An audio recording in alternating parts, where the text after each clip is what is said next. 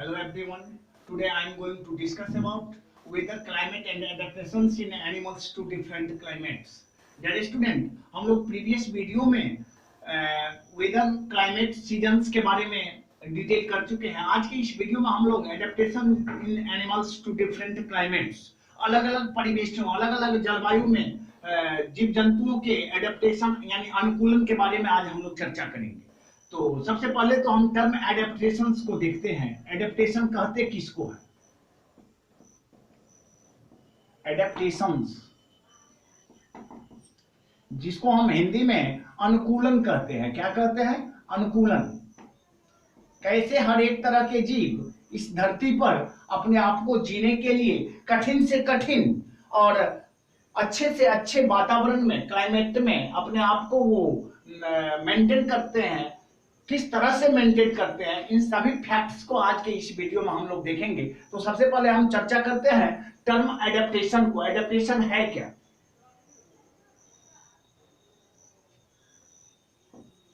The adjustments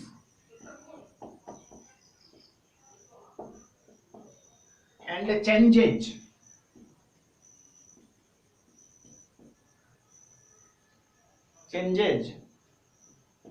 in the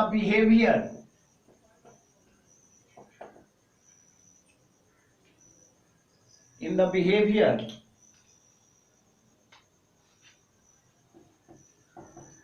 physiology and the structure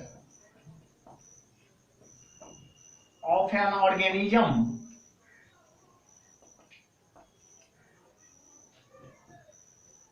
that allow them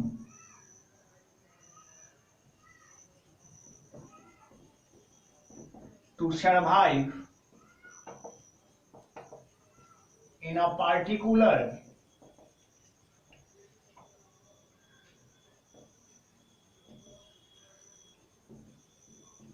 is called the adaptations.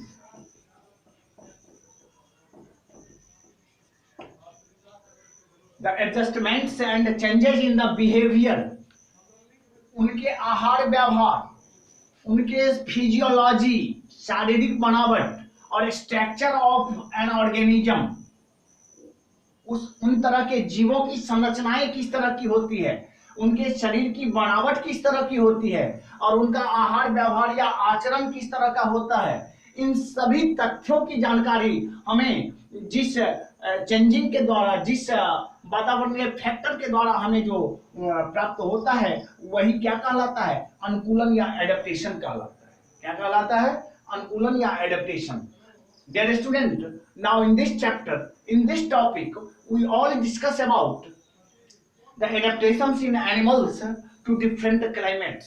हर एक तरह के प्राणी कैसे भिन्न भिन्न क्लाइमेट में अपने आप को जीने के लिए सर्वाइवल बनाते हैं, इन सभी फैक्ट्स को हम आज के इस वीडियो में देखेंगे। तो अब देखते हैं जो ये प्राणी किस तरह से डेजर्ट या फिर कोल्डर रीजन या फिर ट्रॉपिकल रीजन में अपने आप को कैसे एडजस्टेबल या फिर अपने आप को सर्वाइवल बनाता है। अब बारी बारी से हम उन टर्म्स को देखेंगे।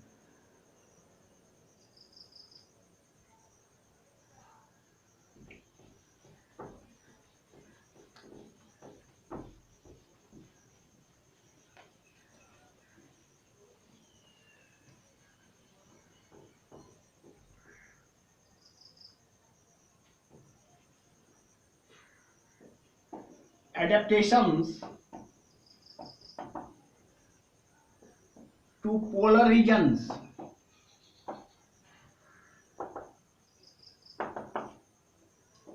Adaptations to polar region, ध्रुवीय क्षेत्रों में रहने वाले जीव जंतु किस तरह से अपने आप को एडॉप्टेड या अनुकूलित बनाते हैं, इन्हीं सब फैक्ट्स को हम आज इस टॉपिक के अंतर्गत देखेंगे। तो सबसे पहला जो हमारा पॉइंट है वो है the polar region is extremely cold, snow covered and windy throughout the year, throughout the year। इस तरह के प्रदेशों में सालों भर एक्सट्रीम कोल्ड, अत्यधिक ठंडी, स्नो कवर्ड, सालों भर बर्फ लदा हुआ, एंड विंडी, हवादार, आंधी तूफान, आवश्यकता से अधिक हवा की गति रहती है। इस तरह के क्लाइमेटिक रीजन्स में को हम पोलर रीजन्स कहते हैं या ध्रुवीय क्षेत्र कहते हैं। The regions around the north pole is termed as the Arctic region, while that are around the South Pole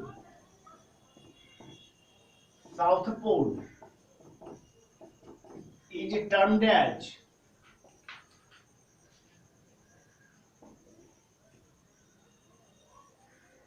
Antarctic region, Antarctic region।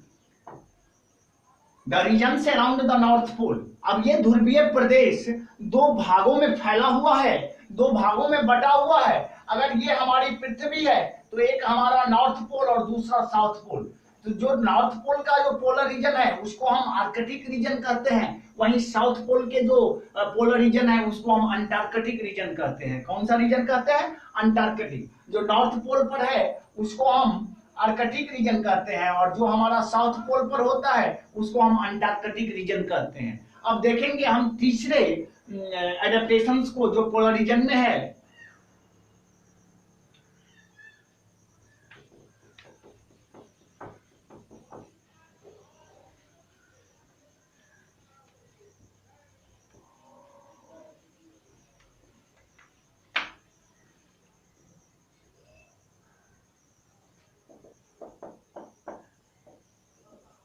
There is a scarce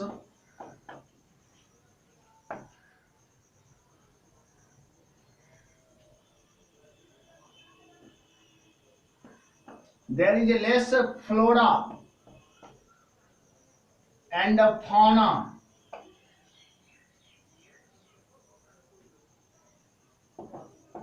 in these regions, इस तरह के प्रदेशों में फ्लोरा या fauna, सभी प्रकार के plantation और सभी प्रकार के जीव सर्वाइवल नहीं हो सकते हैं। कुछ एक स्पेशलाइज्ड, जिसकी फिजियोलॉजी जो होती है, जिसकी बॉडी स्ट्रक्चर जो होती है वो स्पेशलाइज्ड रहती है, विशेष प्रकार के बॉडी स्ट्रक्चर्स होते हैं। उसी प्रकार के पौधे या फिर जंतु इस तरह के प्रदेशों में क्या हो सकते हैं? सर्वाइवल हो सकते हैं। In these regions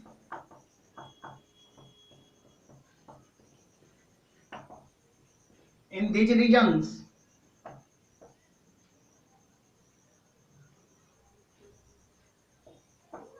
the sun doesn't rise for 6 months and doesn't set for another 6 months। इस तरह के प्रदेशों में 6 महीने की दिन और 6 महीने की रात होती है। यानी एक ध्रुव पर अगर 6 महीने का दिन है तो वही दूसरा ध्रुव जो है सो 6 महीने अंधेरे में रहता है। फिर अगले 6 मंथ के लिए अगर साउथ पोल पर सनरेज आ रही है तो हमारा नॉर्थ पोल जो है अंधेरे में रहेगा। मतलब साल भर 6 महीना नॉर्थ पोल और 6 महीना साउथ पोल। अगर 6 महीना नॉर्थ पोल पर सूरज की किरणें आती है तो वहीं साउथ पोल पर 6 महीने तक सूरज की किरणें पहुंच नहीं पाती है, और जब साउथ पोल पर 6 महीने सूरज की किरणें पहुंचती है तो नॉर्थ पोल पर 6 महीने तक सूरज की किरणें पहुंच नहीं पाती है। In these regions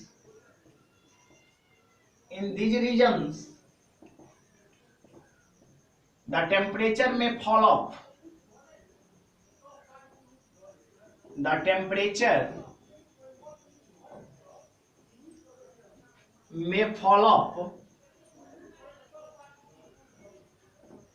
to -37°C, और यहाँ पर तापमान जो है सो गिर करके कहां पर पहुंच जाता है, तो -30°C पर। अब अंदाजा है हमें यहाँ करना है, अनुमान एस्टिमेट करना है कि 0°C पर वाटर जो है सो किस में कन्वर्ट कर जाती है, आइस में कन्वर्ट कर जाती है, और ये 0 से बिलो टेम्परेचर शो कर रहा है जो कि -37°C है। अंदाजा कर सकते हैं जो यहाँ का वातावरण कैसा क्रिटिकल वातावरण होगा, और यहाँ के जीव जंतु या फिर पौधे हों या फिर एनिमल्स हों किस तरह से सर्वाइवल होते होंगे। डियर स्टूडेंट, इसी के साथ एडेप्टेशंस टू पोलर रीजन यही समाप्त हो रहा है। हम अब देखेंगे एडेप्टेशंस इन पोलर बियर्स, क्योंकि बहुत सारे organism polar bears, penguins, polar birds इत्यादि इस तरह के रीजन्स में सर्वाइव करते हैं।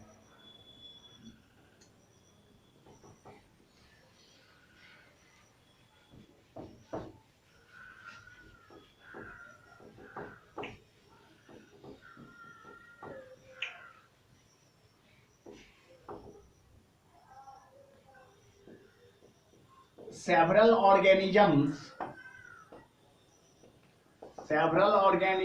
like polar bears, penguins,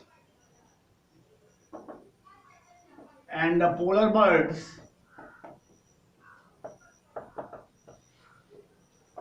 survive in this region, in these regions।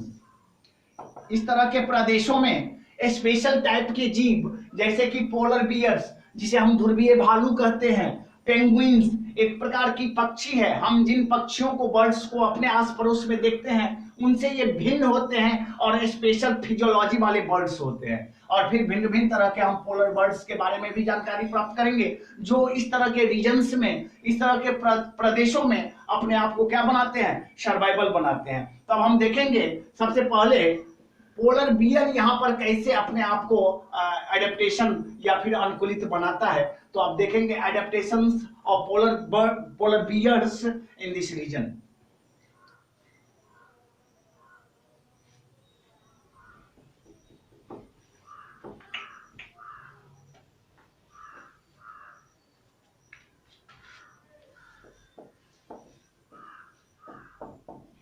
Adaptations of polar bears in these regions। इस तरह के प्रदेशों में ध्रुवीय भालू कैसे अपने आप को सर्वाइवल बनाता है उसके बारे में देखेंगे। The polar bears have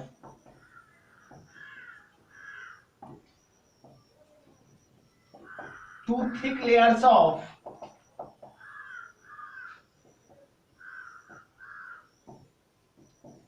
fur which provide them extra insulation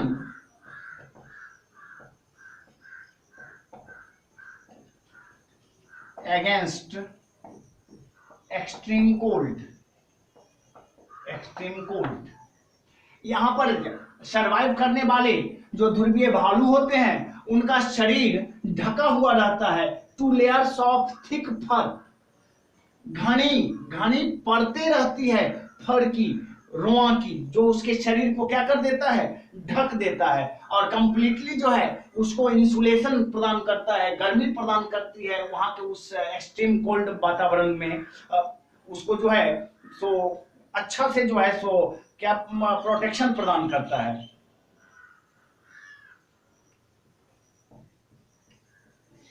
These animals have small ears which help them to reduce heat loss। इनके कानों की जो बनावट होती है वो अत्यंत छोटी होती है, देखने में ये भालू बड़े बड़े होते हैं, उजले कलर के होते हैं, लेकिन इनकी कान, इनके ईयर्स जो होते हैं अत्यंत छोटे होते हैं। कारण है वहां पर, क्योंकि ये छोटे छोटे काम जो होते हैं उसको हीट लॉस में मदद करती है, शरीर से जो गर्मी नहीं भागने पाए इसके लिए उनकी काम जो होती है, उनकी बनावट वो क्या होती है, छोटी होती है।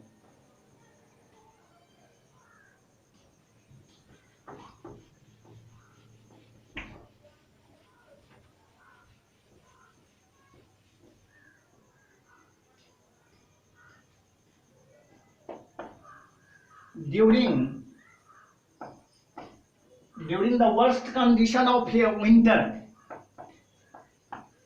during the worst condition of winter, अगर किसी वर्ष आवश्यकता से अधिक विंटर सीजन में जो है सो टेम्परेचर लूज कर जाता है, अत्यंत कठिन स्थिति आ जाती है, they remain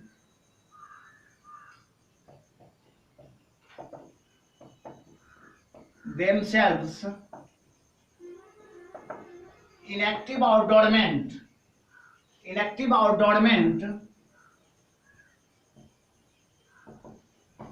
without taking food and water।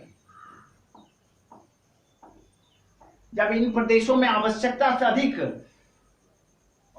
Winter या कोल्ड हो जाती है, अत्यंत सर्द मौसम हो जाती है, तब यहाँ के जीव जंतु अपने आप को एक प्रकार से छुपा लेते हैं। कैसे छुपा लेते हैं? तो हम लोग प्रायः जूनियर क्लासेस में हाइबरनेशन और एस्टिवेशन के बारे में जानकारी प्राप्त किए थे। एक को हम शीत निद्रा और दूसरे को हम ग्रीष्म निद्रा कहते हैं। हाइबरनेशन मीन्स होता है शीत निद्रा, एस्टिवेशन मीन्स होता है ग्रीष्म निद्रा। तो ये जीव जंतु इनएक्टिव हो जाते हैं। क्या हो जाते हैं? इनएक्टिव, अक्रिय हो जाते हैं या फिर डॉर्मेंट हो जाते हैं, सुषुप्तावस्था में चले जाते हैं। सुषुप्तावस्था उस अवस्था को कहते हैं जब जंतुओं को ना तो फूड की जरूरत होती है ना ही वाटर को जरूरत होती है। कहने का मतलब है ये अपने आप को जीव जंतुएं हाइबरनेट कर लेती है, अपने आप को शीत निद्रा में छुपा लेती है कम से कम 6 महीना के लिए। जब वहां पर कंडीशन कैसा हो जाता है, द वर्स्ट, खराब से खराब स्थिति होती है, तब ये जीव जंतु डॉर्मेंट अवस्था में चले जाते हैं और उस अवस्था में ना तो वो फूड ग्रहण करते हैं ना वो वाटर ग्रहण करते हैं, जो कि और भी उन्हें जीने में क्या करती है, मदद करती है। अब हम देखेंगे एडेप्टेशंस इन पेंगुइन्स के बहुत सारे अनुकूलन को।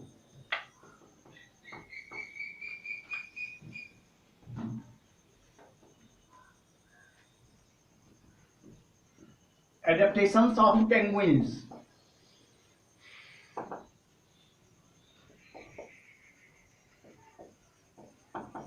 they live in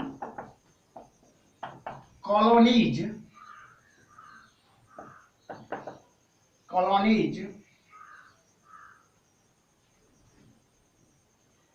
so that they huddle together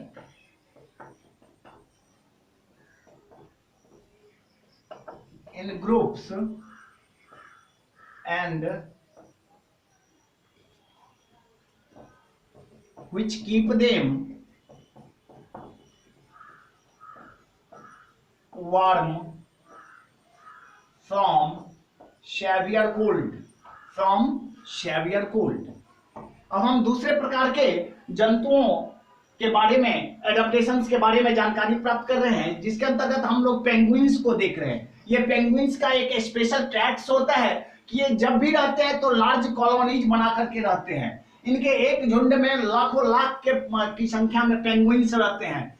कारण है डियर स्टूडेंट, ताकि ये सभी पेंगुइन्स एक दूसरे से हड्डल हो सके, एक दूसरे से गर्दन में गर्दन मिला करके रह सके ग्रुप में, ताकि which keep them warm, आवश्यकता से अधिक उसको गर्मी प्राप्त हो और वो अपने आप को सेवियर कोल्ड से क्या कर सके, बचा सके।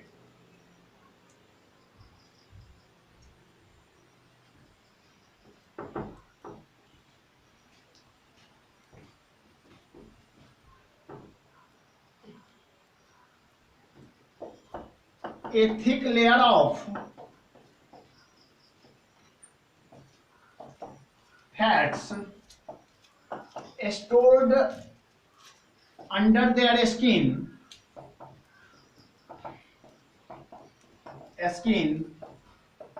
which help them against extreme cold. इस प्रकार के पक्षियों के शरीर के भीतर, चमड़ी के भीतर में, स्किन के भीतर एक मोटी परत होती है फैट्स की या वसा की, चर्बी की एक मोटी परत होती है, और ये चर्बी या वसा उनके शरीर को जो है सो सेवियर कोल्ड या एक्सट्रीम कोल्ड से क्या करती है, रक्षा करती है।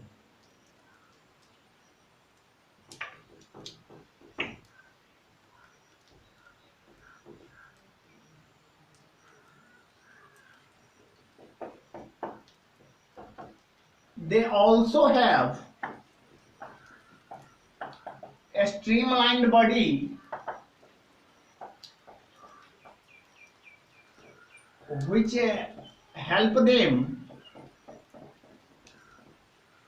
to float easily in water. इनके पास में धारा रेखीय शरीर होती है, मछलियों की तरह इनके भी शरीर की बनावट कैसी होती है, धारा रेखीय होती है, स्ट्रीमलाइंड बॉडी होती है, which help them to float easily in water. और समटाइम ये पक्षीगण, ये पेंगुइन्स पानी में भी तैर सकते हैं। इसके लिए इनकी बॉडी जो होते हैं सो स्ट्रीमलाइंड होते हैं, अनुकूलित होते हैं, स्पेशल टाइप के होते हैं। They also have flippers. They also have flippers which help to swim in water. Streamlined body के अलावे पेंगुइन्स के पास में फ्लिपर्स भी होते हैं। क्या होते हैं? फ्लिपर्स, जो कि उन्हें तैरने में क्या करती है, मदद करती है। डियर स्टूडेंट, ये दो प्रकार के जीवों के हम एडेप्टेशंस को आज के इस वीडियो में डिटेल किया और उससे जानकारी प्राप्त किया, बहुत सारे स्टडी मटेरियल को हमने जाना। फिर हम नेक्स्ट वीडियो में दूसरे जीवों के एडेप्टेशंस के बारे में जानकारी प्राप्त करेंगे, दूसरे तरह के क्लाइमेटिक कंडीशंस को फॉलो करेंगे। तब तक के लिए धन्यवाद।